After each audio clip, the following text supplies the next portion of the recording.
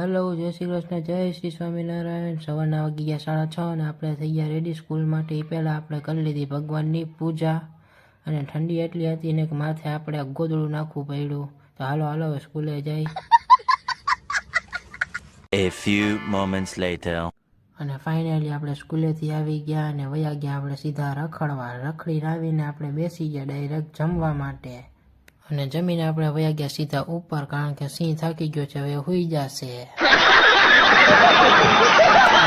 હુઈને ઉઠી ગયા અને ટ્યુશનમાં જવા માટે થઈ ગયા છે આપણે રેડી. અને ફાઇનલી ટ્યુશનમાંથી આવી ગયા અને પછી એ થયું આજે તો શનિવાર છે, જાઉં પરસાનમાન દાદા પાસે. અને પહોંચી ગયા ડાયરેક્ટ હનુમાન દાદા પાસે અને કરી લીધી થોડીક સુખ દુઃખની વાતો.